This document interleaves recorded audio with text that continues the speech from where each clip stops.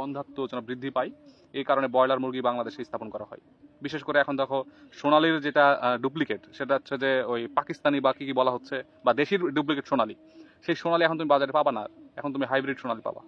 কেন হাইব্রিড সোনালী পাবা? কারণ সেই সোনালীতে প্রজনন ক্ষমতা নষ্ট করার মতো ক্ষমতা রাখে, কারণ সে 2 মাসে 3 মাসে সে বড় হয়ে যাচ্ছে, 3 মাসও না, 28 দিনে 30 দিনে বড় হয়ে যাচ্ছে।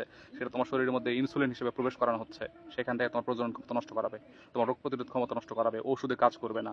এরকম একটা ভয়ঙ্কর বাজারজাত প্রক্রিয়ার মধ্যে চলতেছে সবকিছু, খাবার খাদ্য অভ্যাস। তুমি বার্গার, এই শব্দটা বাংলার মানুষ চেনেনি। KFC, burger, Pepsi, Coca Cola, এই টাইপের কোমল জাতীয় পানি আজ থেকে 20 বছর আগে মানুষ দেখেনি, অথচ এগুলো এখন হর ঘরে ঘরে। কেন? কারণ মুসলিম, অ্যাজ এ মুসলিম দেশগুলোতে তারা টার্গেট করে যে আসলে এই দেশগুলোকে কি করে প্রজনন ক্ষমতা নষ্ট করা যায়, কি করে যুবকদেরকে অধপতনের দিকে নিয়ে যাওয়া যায়, সেই জায়গা থেকে তারা এই জিনিসগুলো নিয়ে আসে।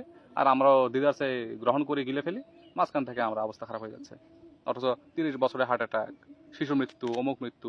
আবার একটা গোপন একটা তথ্য দিই, সেটা হচ্ছে যে আজকে ছোট বাচ্চা জন্ম নিল না, আজকে ছোট বাচ্চা জন্ম নিল, অথচ সে ওর রোগ মুখ কিছু ওর মধ্যে ঢুকে নাই, অথচ তাকে টিকা পুশ করা হচ্ছে। তার শরীরে কি 6টা 7টা টিকা দেওয়া হয় না এক বছরের মধ্যে? তারও বেশি, 14টা 15টা পর্যন্ত টিকা দেওয়া হয়। কেন?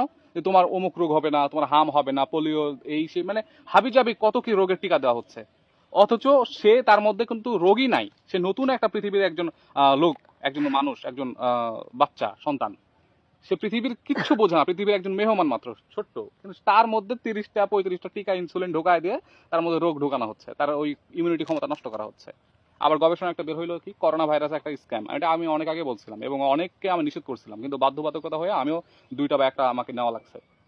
Corona virus is a scam এই জন্য, কারণ প্রত্যেকটা যারা যারা বানাইছে করোনা ভাইরাস, মডার্না বলো বা ফাইজার বলো বা অমুক তমুক কত কি কোম্পানি, সকল কোম্পানি এখন স্বীকার করছে এদের পিছনে জিসাস বা ইহুদিদের একটা হাত আছে। যার ফলে ইউরোপে আমেরিকায় দেখানো হয়েছে যে 1 লক্ষ মানুষ মরে গেল অমুক দিনে, 1 লক্ষ মানুষ অমুক জায়গায় করোনা আক্রান্ত হইলো, অথচ এগুলো স্ক্যাম, এগুলো ভুয়া ভুয়া তথ্য ছিল। এখন তুমি দেখো সব তথ্য ভুয়া।